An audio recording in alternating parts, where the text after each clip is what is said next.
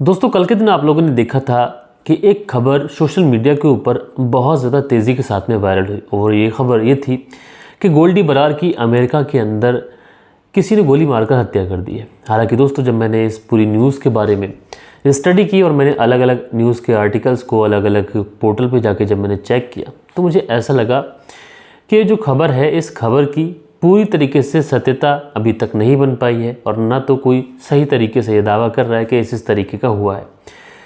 और दोस्तों जैसा कि मैंने आप लोगों को ये कहानी नहीं सुनाई थी कल के दिन, क्योंकि क्या हुआ था क्या नहीं हुआ था, क्राइम हुआ था तो उसको कवर करना चाहिए था, लेकिन दोस्तों एक्चुअल में इसमें काफ़ी ज़्यादा ऐसी चीज़ें थी जो हिडन थी। इस वजह से मैंने आप लोग को ये कहानी नहीं सुनाई थी और आज के दिन अमेरिकी मीडिया के द्वारा इस बात का खंडन किया गया है कि गोल्डी बरार की गोली मारकर हत्या नहीं की गई है। ये जो खबर है ये सरासर झूठ है।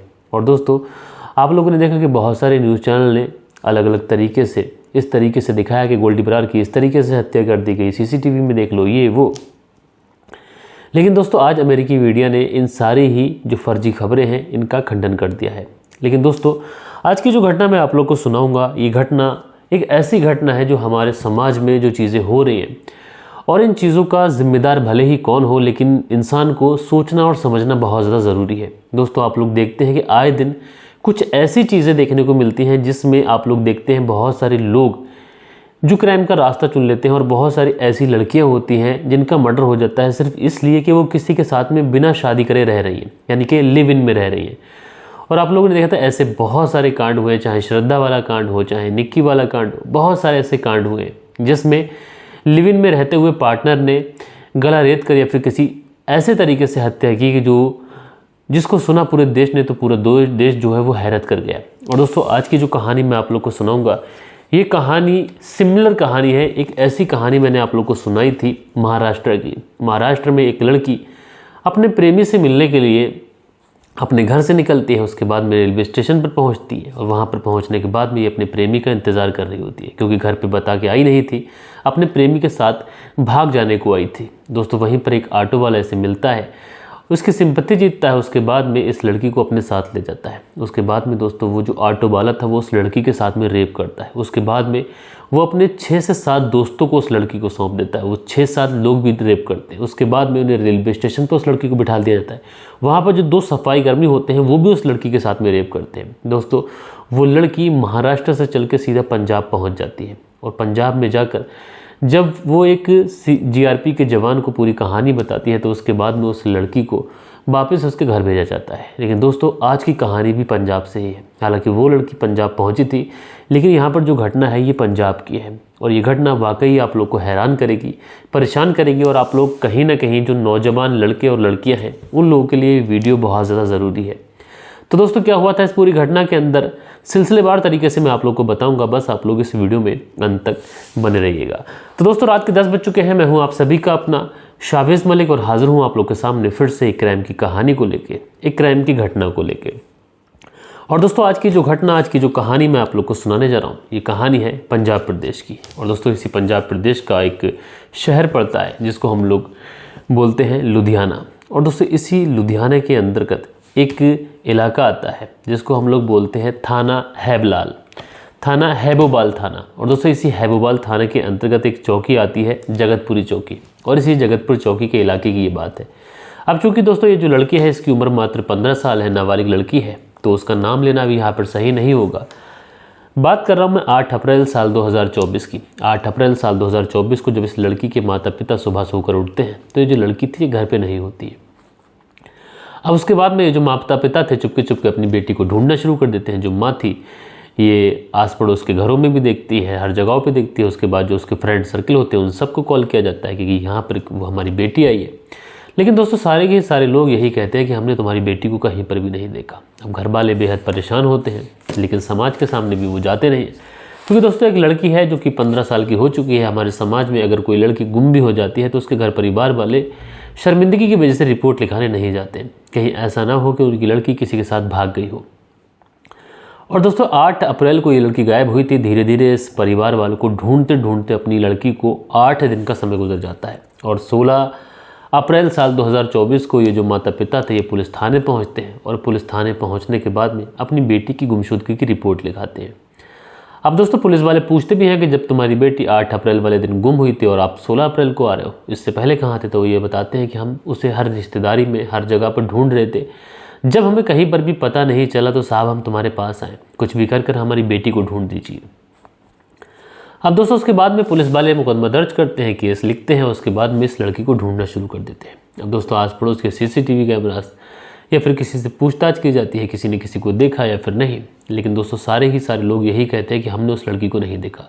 हालांकि जो CCTV कैमरास खंगाले गए थे उन CCTV कैमरास में भी उस लड़की की कोई फुटेज ऐसी मिलती नहीं है कि वो किसी के साथ जाती हुई दिखाई पड़ी। हालांकि कुछ फुटेज में ऐसा देखा गया कि वो अकेली जा रही है। अब दोस्तों पुलिस वालों को ये तो नहीं पता था कि अगर वो कहाँ गई है कहाँ नहीं गई है, लेकिन पुलिस वाले भी इस पूरे केस की अभी तक छानबीन कर रहे थे। दोस्तों 16 अप्रैल को ये जो केस था ये दर्ज कराया गया था और उसके बाद में तारीख आ जाती है 25 अप्रैल साल 2024। 16 से 25 अप्रैल आ जाती है। अब दोस्तों 25 अप्रैल साल 2024 को अचानक से जब इस लड़की के माता पिता घर से बाहर निकलते हैं तो देखते क्या है, उनकी जो बेटी है वो गेट पर खड़ी हुई है। अब जैसे ही अपनी बेटी को उस गेट पर देखते हैं एकदम से सन्न रह जाते हैं। माँ का रो रो कर बुरा हाल होता है, तुरंत अपनी बेटी को अंदर बुलाते हैं। लेकिन दोस्तों उसके बाद में जो बेटी थी जो कहानी अपनी माँ को सुनाती है, उसको सुनने के बाद में ये जो पिता था ये अपना माथा पीटने लगता है और ये अपना सर दीवार पर मारने लगता है। दरअसल ये जो लड़की है ये अपनी माँ को बताती है कि माँ उसके साथ में कुछ ऐसा हुआ है जो वो सिर्फ पुलिस को बताएगी।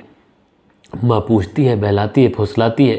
तो उसके बाद में ये लड़की कहती है कि माँ 8 अप्रैल साल 2024 वाले दिन मैं अपने घर से निकली थी। आपको याद होगा कि पिताजी ने मुझे डांटा था। एक लड़का था जिससे ये लड़की बात किया करती थी। अब जब लड़की उस लड़के से बात करती थी तो माता पिता को जब पता चलता है कि हमारी बेटी किसी से बात करती है, किसी जान पहचान के व्यक्ति से, तो वो उस लड़के से उसे बात करने से मना करते हैं। अब दोस्तों जब लड़की से मना कर दिया जाता है कि उससे बात मत करो तो लड़की बहुत ज़्यादा गुस्सा होती है, नाराज़ होती है। इसीलिए 8 अप्रैल साल 2024 को ये उस लड़के के साथ भागने के लिए घर से निकल जाती है। अब दोस्तों पास ही में रेलवे स्टेशन पर पहुंचती है। वहीं पर एक लड़का होता है, वो इससे कहता है कि तुम कहाँ जा रही हो? तो ये कहती है कि मैं घर से नाराज़ होकर आई हूँ। ये सारी बात उस लड़के को बता देती है। अब जैसे ही वो लड़का ये बातें सुनता है कि ये जो लड़की है नाराज़ होकर अपने घर से आई है, उसके बाद में इस लड़की से कहता है कि ठीक है मैं तुम्हें काम दिला दूंगा और तुम जितने दिन चाहो मेरे साथ रह सकती हो। अब दोस्तों शुरुआत में तो ये लड़की मना करती है कि वो किसी के साथ ऐसे नहीं रुकेगी। लेकिन दोस्तों धीरे धीरे ये जो लड़का था ये उस लड़की का दिल जीत लेता है। आखिरकार वो जो लड़की थी वो इस लड़के के साथ में इसके रूम पे जाने के लिए तैयार हो जाती है। उसके बाद में इसके रूम पर पहुंच जाती है। उसके बाद में एक दिन गुजरता है, 2 दोस्तों को वो और बुला लेता है। वो 2 दोस्त भी उसी रूम पर रहने लगते हैं। एक लड़की और 3 लड़के लगातार उस रूम पर रह रहे थे। लेकिन दोस्तों जैसे जैसे वक्त गुजरता है ये जो तीनों लड़के थे उस लड़की के साथ में गंदी हरकतें शुरू कर देते हैं। उसके बाद में इस लड़की के साथ में रेप करना शुरू करते हैं। और दोस्तों जब इस लड़की के साथ में रेप करना शुरू करते हैं तो लगभग 20 दिन तक लगातार इस लड़की के साथ में रेप करते हैं। ये लड़की कहती है कि तुम उसके साथ में क्या कर रहे हो, वो सबको बताएगी। तो ये उसे डराते हैं, धमकाते हैं और उससे कहते हैं कि अगर तुम जाओगी तो तुम्हारे माता पिता तुम्हें ऑलरेडी घर से भागा हुआ घोषित कर चुके होंगे और तुम्हें वो एक्सेप्ट भी नहीं करेंगे। जब इस तरीके की बातें ये लड़की सुनती है तो लड़की डर जाती है। लेकिन दोस्तों जब इस लड़की का जो सब्र का बांध था ये टूट जाता है तो उसके बाद में ये लड़की उन लड़कों के साथ में लड़ने लगती है। उनसे कहती है कि ना तुमने उसे काम दिलाया है बल्कि 20 दिनों से लगातार उसके साथ में तुम शारीरिक शोषण कर रहे हो। अब जब इस तरीके की बातें ये लड़के देखते हैं कि लड़की अब उतावली हो चुकी है और उनसे डरेगी नहीं, इसलिए ये फैसला करते हैं कि इस लड़की को उसके घर के पास ही छोड़ आते हैं। उसके बाद में ये उस लड़की को लेते हैं और उसके घर के पास में छोड़कर वहाँ से 9-2-11 हो जाते हैं।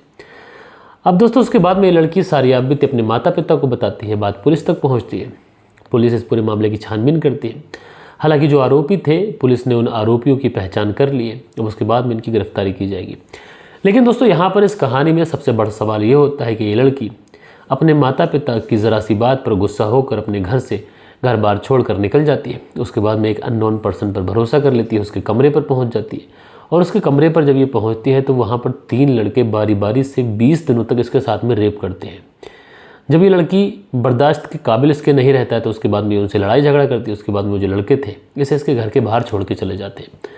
अब दोस्तों आप लोग बताइएगा कि इस लड़की की कितनी बड़ी गलती है और इस गलती की शायद इसको सज़ा भी मिली है। दोस्तों आप लोग इस पूरी घटना के बारे में क्या कहना चाहते हैं कमेंट्स करके ज़रूर से ज़रूर बताइएगा। और कल के दिन आप लोग के जो भी कमेंट्स आए हैं अब वक्त होता है कि आप लोग के कमेंट्स पढ़े जाएँ। सो दोस्तों हमारे वीडियोस पे जो कल के दिन कमेंट्स हैं इसमें पहला कमेंट्स है अनिल सालुम जी का। लिखते हैं शाबिश जी हमेशा की चला अच्छी सलाह देते हैं। आज विषय भी अलग है, अवैध संबंध से हटकर है। शादी निकाह जैसे मामलों में लोग इतने हल्के में क्यों लेते हैं?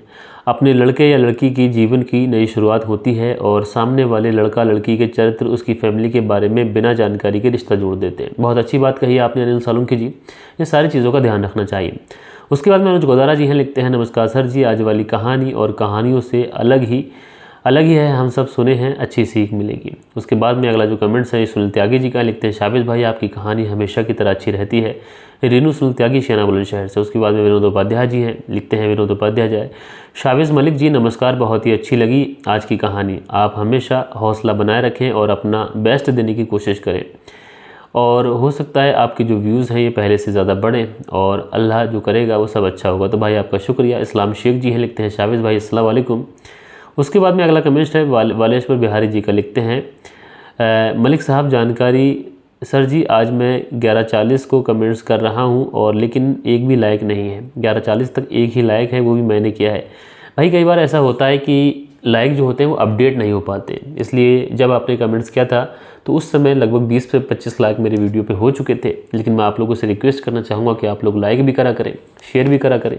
और दोस्तों कल परसों से जब मैं न्यूज़ सुन रहा हूँ तो बहुत ज़्यादा टेंशन भी है, क्योंकि वैक्सीनेशन को लेकर कुछ ऐसी रिपोर्ट्स आ रही हैं जिन रिपोर्ट से घबराहट हो रही है, क्योंकि वैक्सीन हमने भी लगवाई है। कहीं ऐसा ना हो कि कुछ दिनों के बाद में हम भी इस दुनिया से चल बसे। दुनिया एक बार मिलती है और अगर ऐसा हुआ तो आप लोग भी हमारी कहानियों को मिस करेंगे। बहरहाल दोस्तों मिलते हैं हम लोग कल के दिन किसी और क्राइम स्टोरी के साथ में। जब तक के लिए अपना ख्याल रखें, देश का ख्याल रखें, परिवार के रिश्तों की अहमियत को समझें। जय हिंद, जय भारत।